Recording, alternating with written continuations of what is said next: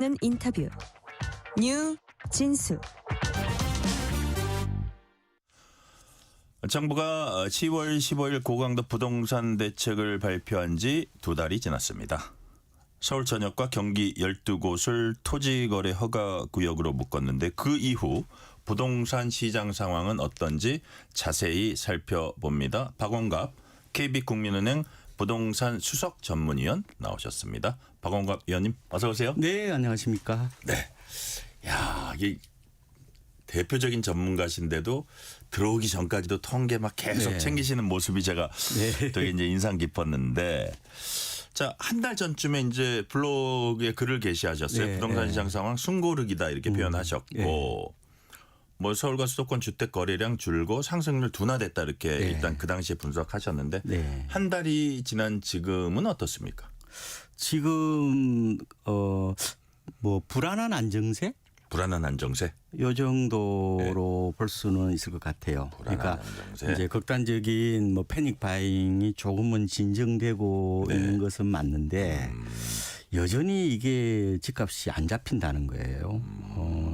근데 이제 시장을 바라볼 때 이제 거래량으로 볼 거냐, 이제 가격 변동률로 볼 거냐에 따라 다른데 일단은 거래량으로 보면은 확 좀 매수세가 꺾인 것은 맞아요. 네네. 그래서 지금 서울 아파트를 이제 기준으로 거래량을 보면은 네. 11월요. 그냥 지난달이죠. 그게 이제 보통 거래하고 나서 한 달 이내에 신고하면 되잖아요. 네네. 그러니까 아마 11월 통계가 그러니까 이달 말까지 잡힐 겁니다. 그런데 어쨌든 지금까지 보니까 한 2,937건 정도, 3,000건이 채 안 되죠. 네네. 우리가 많을 때는 6월 달에 11,000건 정도가 되었고요. 그때 뭐 완전히 한마디로 난리가 난 거죠. 예, 예. 역대 서울 아파트 평균 거래량이 6,000건 정도가 됩니다. 절반밖에 안 되잖아요. 네네. 그러면은 거래량은 시장의 에너지라고도 표현합니다. 수요자들의 관심도를 말해주는 건데 이거 보면 일단은 시장이 좀 안정 기미가 있단 말이에요. 그죠? 네네. 그런데 가격은 잡히지 않아요. 가격은 잡히지 예. 않는다. 그래서 지금 KB나 아니면은 한국부동산은 조사를 보면요. 지난주에 KB가 전주 대비 0.19. 네. 그다음에 한국부동산원이 0.18%예요. 거의 비슷하잖아요. 네네. 물론 이제 그 이전에 비하면 좀 낮아지긴 했죠. 그런데 이걸 연 환산을 해보면요. 이게 네. 10%가 넘는 거예요. 아, 그러네요. 그래서 제가 이거 보면은 결국 시장이 지금 잡히고 있다 이렇게 말하기에는 아직은 조금은 불안하다 이런 말씀을 드립니다. 이런 상황이 보여지는 그 배경이 뭐라고 보세요? 일단 저는 이거를 이제 고온현상이라고 보거든요. 고온현상. 이게 예. 이제 개마고온 같은데 이제 올라갈 때 굉장히 가파르잖아요. 예, 예. 그다음에 이제 어느 정도 꼭대기점에 이게 이제 크게 떨어지지도 않고 오르지도 않는 횡보하는 걸 말하는 거예요. 횡보. 예. 주식은 어때요? 보통 네네. 뭐 쌍봉 이런 얘기 많이 하잖아요. 그런데 부동산은 그런 경우는 좀 드문 것 같고요. 그런데 제 생각에는 이런 현상이 나타나는 것은 네. 일단은 매도자와 매수자 간의 동상이몽장세 이런 얘기를 합니다. 동상이몽장세. 예, 서로 생각이 다르다는 거죠. 네네. 매도자들은 뭐 입주 물량도 별로 없는 것 같고 뭐 시중에 유동성도 풍부한 것 같으니까 별로 안 떨어질 거야라고 예. 생각하는 거죠. 그런데 매수자들은 좀 정반대 생각을 갖는 거죠. 아니 뭐 그렇게까지 지금 가격이 많이 올랐는데 네. 이거 충분히 싸지 않으면 움직이지 않으려고 하는 거죠. 조금 더 보는 거예요? 그렇죠. 예. 관망세. 예, 예. 그래서 거래가 이제 줄는 거죠. 그러다 보니까 지금 어쨌든 약간 아까 말씀하신 것처럼 숨고르기 이런 흐름이 나타나고 있는데 네. 제 생각에 이게 제법 오래 갈 것 같아요. 아, 그래요? 이 상황이? 예, 저는 아마 내년 상반기 정도까지를 보고 있습니다. 네. 그래서 이제 분수령은 내년 지방선거, 6.3 선거 아마 지나고 나면은 아마 세제 개편안이 좀 나올 수 있어요. 그때까지는 아마 지금 같은 약간 지리한 뭐 조정 장세가 좀 더 이어지지 않을까 이렇게 예상을 하고 있습니다. 그래요. 자, 지금 전반적인 모습 불안한 안정세. 뭐 극단적인 패닉 바잉은 없지만 그래도 집값이 잡혔다고 볼 수 없는 집값은 잘 안 잡히는 이런 상황을 설명을 해 주셨는데 자, 토지거래 허가구역으로 묶이는 지역만 보고 봤을 때 그걸 또 이제 두 그룹으로 나눠요. 네. 서울 강남 3구하고 용산까지 한 그룹으로 하고 나머지 지역으로 이렇게 그룹 A, 그룹 B로 나눴을 때 그 거래량이나 뭐 상승률 면에서 좀 차이점이 있습니까? 아무래도 토지거래 허가구역의 타격은 네. 비강남권이라고 봐야 될 것 같아요. 그렇죠. 예. 그러다 보니까 거래가 많이 끊기고 일부 또 가격이 떨어지는 경우가 있는 것 같아요. 뭐 강남이나 이른바 용산들은 뭐 기존에도 토지의 대상이었잖아요. 그런데 이제 토지에 대해서 한번 다시 한번 생각해야 돼요. 그래요. 어떤 의미에서요? 토지 특히 도심 지역에서 토지거래 허가구역은 네. 거래량은 줄지만 가격이 떨어지지 않았어요. 과거에 노무현 정부 때 보면은 농지나 임야를 대상으로 토지 거래 허가구역을 하면은 네. 어떻게 보면 적효하기라고 해요. 아니 셀러리맨이 그 농지를 사면 2년 동안 직접 농사를 지어야 되거든요. 네. 안 지으면은 이행 강제금 나옵니다. 그런데 도심의 주택은 어때요? 어쨌든 갭 투자는 못하지만 실제 거주하는 수요가 있지 않습니까? 네네. 그래서 어떻게 보면 지금 토지거래 허가구역은 사실상 아파트 거래 허가구역이거든요. 주식으로 따지면은 서킷 브레이크예요. 서킷 브레이크다. 예. 사지 말라는 거죠. 결국. 예. 어떻게 보면 팔지도 말라는 건데 이걸 잘 보시면은 분명히 그러면 그 시장에는 완전히 악영향을 미칠 수 있는 측면이 더 많다는 거 아니에요? 어떻게 보면 이거 극약 처방인데 왜 근데 가격이 안 떨어지냐는 거예요. 근데 제가 봤을 때는 이런 것 같아요. 그러니까 분명히 사려는 사람도 줄어요. 네. 줄잖아요. 예. 그런데 팔려는 사람도 전세 끼고 못 파는 거예요. 그러니까 약간 거래가 잠기는 거래 동결 효과가 나타나는 것 같고 과거에 이제 양도세 그 중과세를 했었잖아요. 네네. 그럴 때 보면은 가격이 오르는 경우도 많았는데 이번도 약간 그런 것 같아요. 그러니까 실수로 사는 사람들이 있잖아요. 네네. 그런데 파는 매물이 확실히 좀 줄었어요. 그러다 보니까 우리가 예상하는 거와 전혀 다른 방향으로 지금 시장 흐름이 나타나고 있는데 네. 어쨌든 제가 봤을 때 거래량이 많이 줄고 있기 때문에 조금은 조마조마한 뭐 그런 장세로도 볼 수가 있을 것 같습니다. 그래요. 어쨌든 뭐 기존의 토지거래 허가구역이었던 뭐 강남 3구나 이런 데는 네. 사실 거래량에서도 크게 그렇게 위축이 안 되고 네. 신고가가 또 그렇게 많이 나온다고 해요. 그렇죠. 그 신고가가 아까 말씀드린 대로 네. 거래 동결이 돼버리면은 사실상 매물이 잠긴다는 그러니까요. 거거든요. 네. 그러면은 물량이 많으면 어때요? 네. 그럼 하나 팔리면 이제 500만 원씩 오를 수 있는데 네네. 워낙 물건이 없다 보니까 하나 팔리면 뭐 2, 3천만 원 올라버리다 보니까 결국 이게 이제 신고가를 경신한다 이렇게 보면 되는데 어쨌든 실수요자들은 이걸 조심하셔야 돼. 네. 거래가 뒷받침되지 않는 어떻게 보면은 신고가는 이게 잘못하면 이게 상투 가능성도 있고 착시 현상도 있거든요. 그러니까요. 그러면 주변 시세하고 항상 비교해 보고 판단하셔야 돼요. 예. 그래서 오히려 이럴 상황일수록 네. 더 냉철하게 시장을 보면서 판단하는 게 좋을 것 같습니다. 그러니까요. 자, 근데 여튼 아까 지금 같은 상황이 조금 뭐 연초 뭐 한 봄 이렇게까지 쭉 갈 가능성이 높다는 말씀하셨는데 부동산 얘기하면 이제 늘 도마에 오르는 게 정부 정책입니다. 아무래도 뭐 이렇게 구조적인 문제도 있지만 정부 정책이 또 많은 영향을 미치는 것 같고요. 그 정책의 일관성 얘기도 하고 이렇게 뭐 보완하는 그 예를 들어서 우리가 규제 정책을 내놨으면 공급이 있어야 된다 이런 얘기도 보완적인 측면도 얘기하는데 과거에 좀 약간 우리가 비난하는 비판을 많이 하는 어떤 정권의 부동산 정책 뭐 누더기 정책이다 막 20번 30번 나오는데 막 일관성도 없고 막 또 겹고 옷을 겹듯이 막 그런단 말이에요. 그럼 위원님이 보시기에 현 이재명 정부 부동산 정책 어떻게 평가하세요? 저는 뭐 진보나 보수나 뭐 어떤 정부든 집값을 올리기 위한 정부도 없고 네. 집값을 떨어뜨리기 위한 정부도 없다고 봐요. 가장 중요한 것은 이제 시장 안정이거든요. 네네. 시장 안정인데 물 흐르듯이 이제 가격과 거래량이 안정적으로 움직이는 것을 말하는 건데요. 네. 말씀하신 것처럼 단기적으로 정부가 주택 가격을 한 7, 80% 결정을 합니다. 네. 그래서 단기적으로는 이 정부를 이기는 시장이 없다고도 표현해요. 자, 그럼 정책이 거의 절대적이다. 예, 단기적으로는. 근데 단기적으로는. 장기적으로는 오히려 시장 힘이 더 센 경우가 많은데 지금 시장의 맷집이 세요. 아, 그래요? 그리고 공급이 없다는 그런 불안심도 여전한 것 같고 그래서 저는 이거를 갖다가 너무 극단적인 어떤 그런 막 대안 같은 거 내놓는데 그거는 비현실적이거든요. 네. 지금 아까 말씀하신 것처럼 차곡차곡 공급을 해 나가는 거 하고 그 다음에 이제 이걸 어떻게 그러면 좀 이게 불안 심리를 좀 진정시킬 거냐 하는 그런 문제들이 좀 후속적으로 나와야 되는데 심리가 매우 중요하네요. 예, 특히 이제 최근 들어서 심리가 굉장히 중요해졌죠. 그러니까 옛날에는 심리가 중요하지는 않았어요.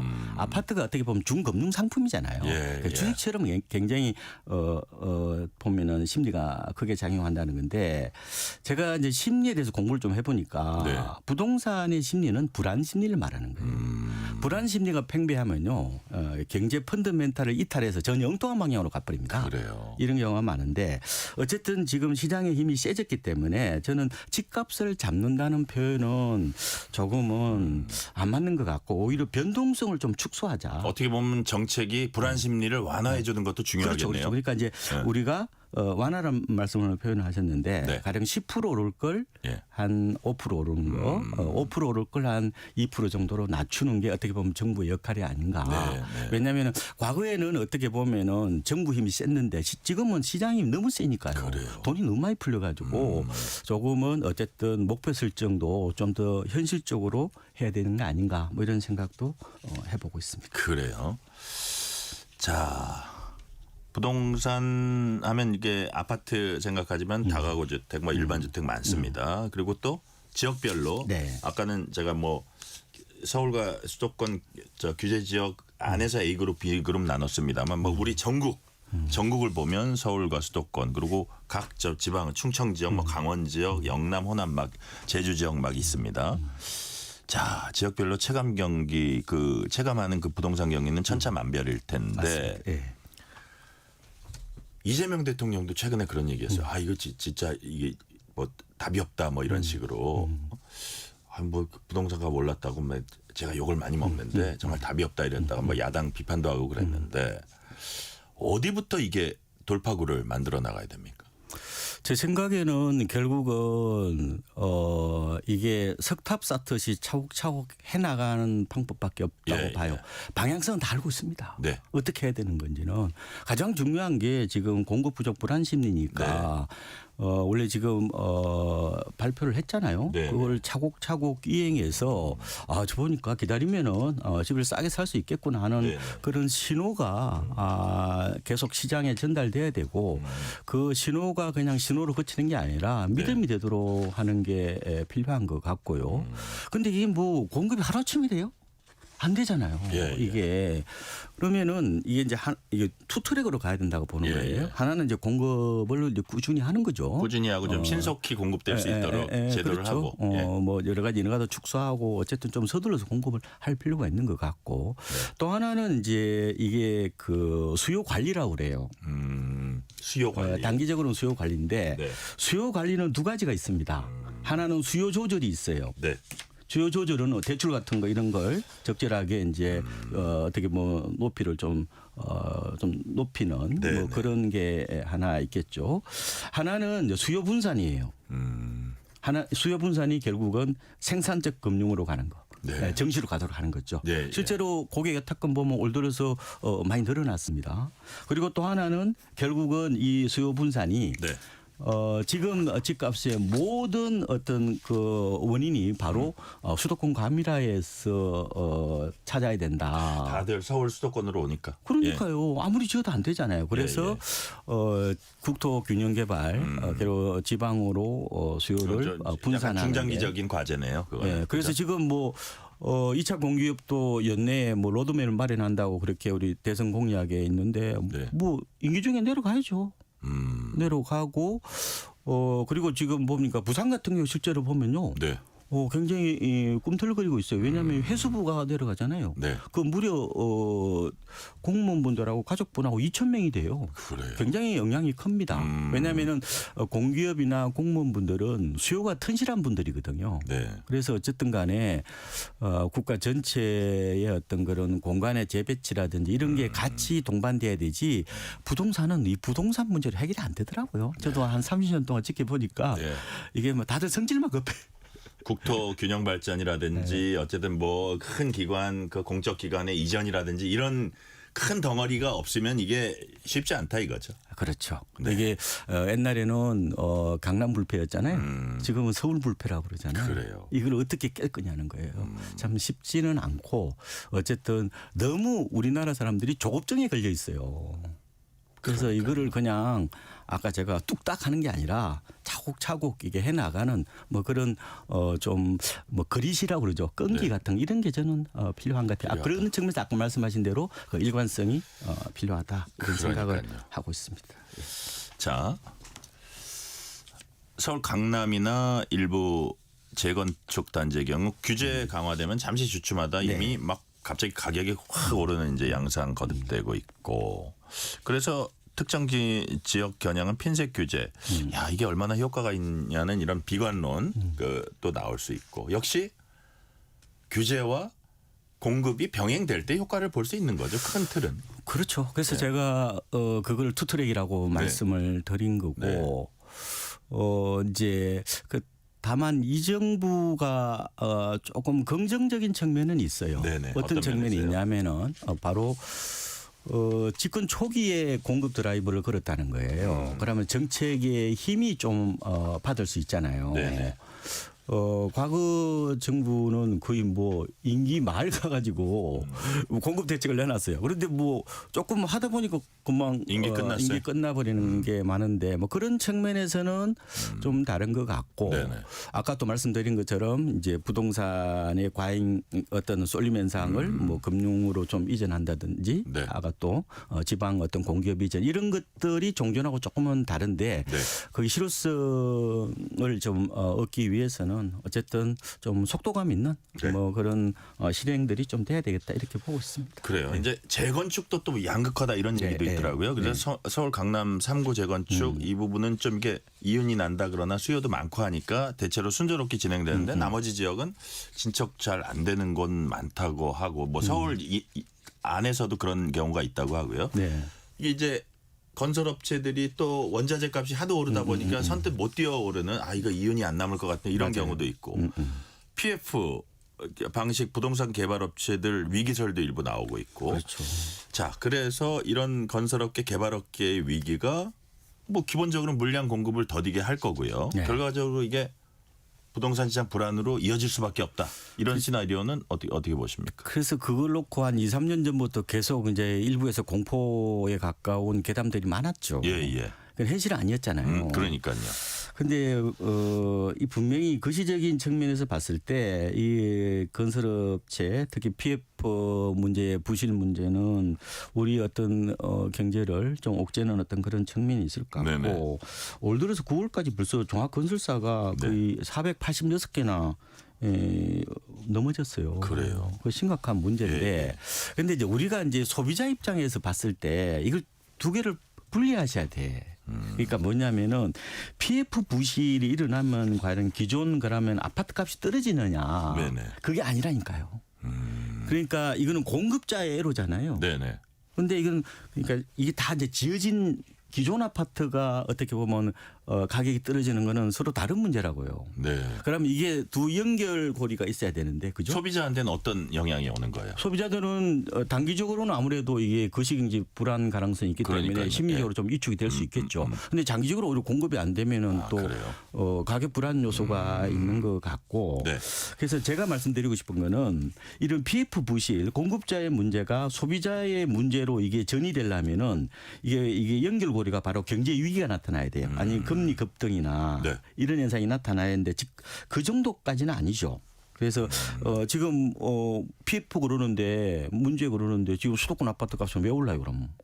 설명이 안 되잖아요. 네네. 그래서 건설 경기하고 부동산 매매 경기는 좀 이렇게 바로 연결시키면은 오히려 이게 단순 도식의 착시 현상이 나타날 수 있습니다. 네.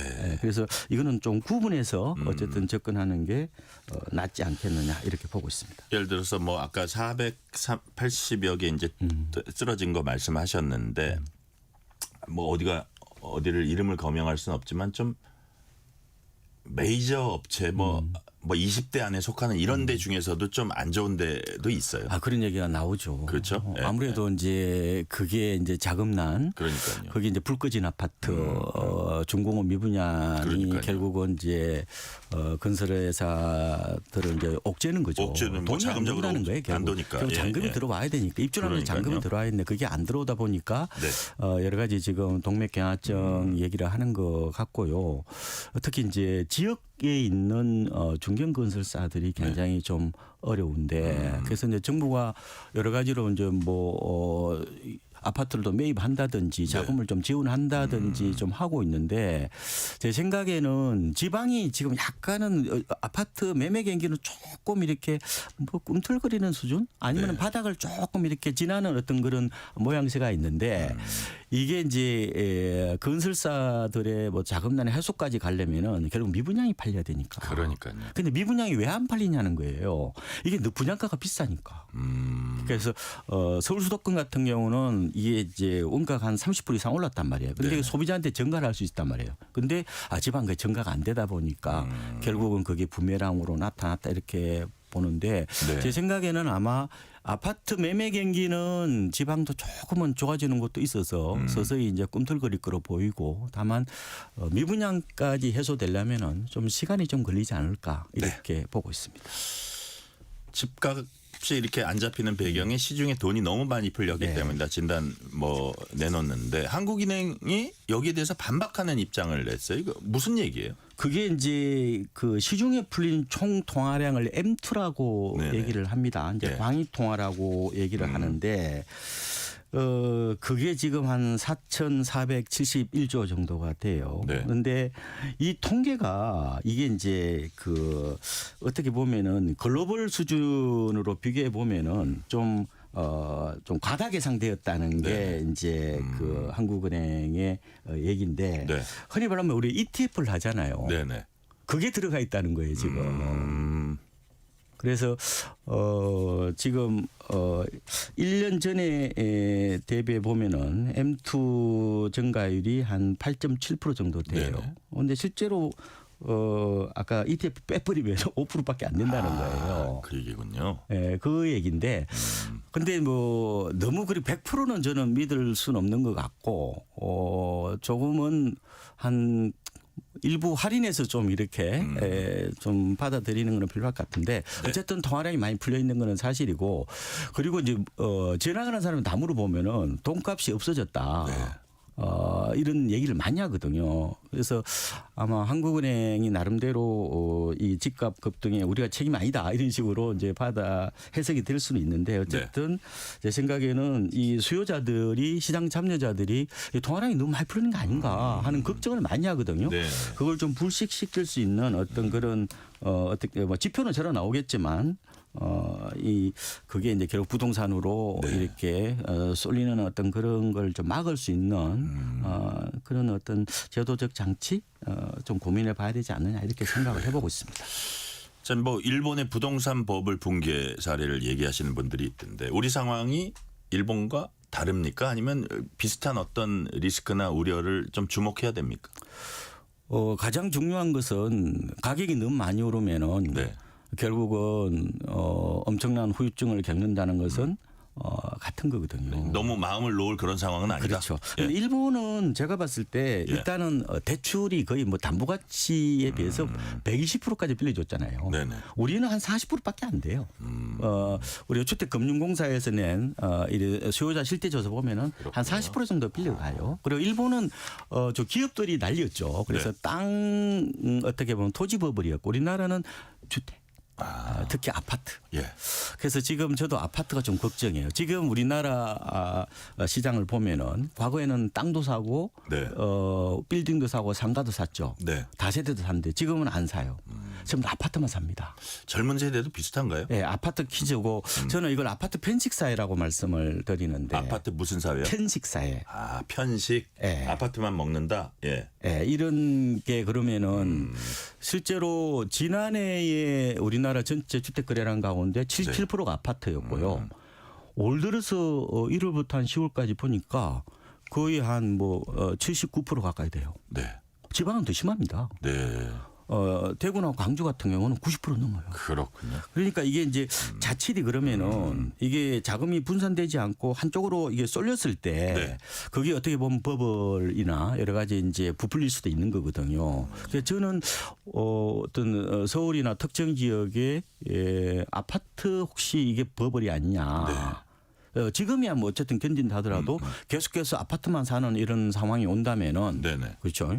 이런 상황에서 외부의 어떤 충격이 만약에 온다음에 한다면은 그런 약간 큰 후유증 같은 걸 겪을 수 있다. 네. 뭐 그런 걸 좀 우리가 경계를 해야 되지 않느냐 이런 생각을 하고 있습니다. 네. 자, 아까 이제 말씀하시는 중간에 내년 지방선거 이후에 세제 개편안 있을 가능성도 네. 있다 하셨는데 만약에 세제 개편을 하게 되면 어떻게 보유세 부분을 선볼 것 같은데. 그렇죠. 예? 그러면 어떤 영향이 있을까요?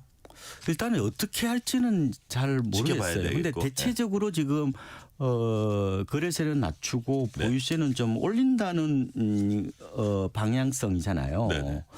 근데 그렇게 뭐 되거나 아니면은 뭐 이렇게 주택의 보유세를 매길 때 이 개수가 아니라 네. 총액으로 네. 시가총액으로 매긴다든지 그리고 지금 조정 대상 지역에서 내년 네. 5월까지 지금 다주택자 양도세 그 중과세가 유예돼 있잖아요. 네네. 이걸 네. 부활한다든지 아니면은 지금 똘똘한 한 채의 네. 어떤 흐름을 만든 고가 1주택자 장기 보유 특별공제가 지금 10년 보유에 10년 거주에 80%거든요. 네네. 이걸 좀 낮출 수도 있거든요. 그럼 매물이 좀 나올 수 있어요. 그래요. 자, 지금 이제 시간이 다 되긴 했는데 네. 마지막으로 네. 지금까지 말씀하신 여러 측면 고려해 볼 때 네. 앞으로 정부 부동산 정책 어떤 부분 가장 이렇게 유념해서 설계돼야 한다고 보세요? 저는 일단은 이제 연말에 지금 공급 대책이 나올 수 있다고 하잖아요. 네네. 그래서 저는 공급 대책에 대해서 네. 좀 더 심혈을 기울였으면 좋겠어요. 그래서 이게 한꺼번에 되는 게 아니거든요. 지난번 우리가 뭐 135만 가구를 수도권에 진다고 그랬는데 네. 그것도 계속해서 이렇게 후속 작업을 해 나가는 것도 필요하지만 저는 이게 자주 이렇게 네. 그렇죠. 이렇게 공급이 우리 꾸준하게 해 나가고 있습니다. 그런 어떤 신호를 시장에 계속 보낸다면 네. 무주택자 입장에서는 굳이 중개업소 이렇게 막 몰려가서 네. 뭐 이렇게 연끌 매수까지 안 해도 되잖아요. 네네. 가장 중요한 것은 이 장기 무주택자들의 심리를 진정시켜야 되는 거예요. 네. 자, 오늘 말씀은 여기까지 듣겠습니다. 지금까지 박원갑 KB국민은행 부동산 수석 전문위원이었습니다. 오늘 말씀 감사합니다. 네, 고맙습니다.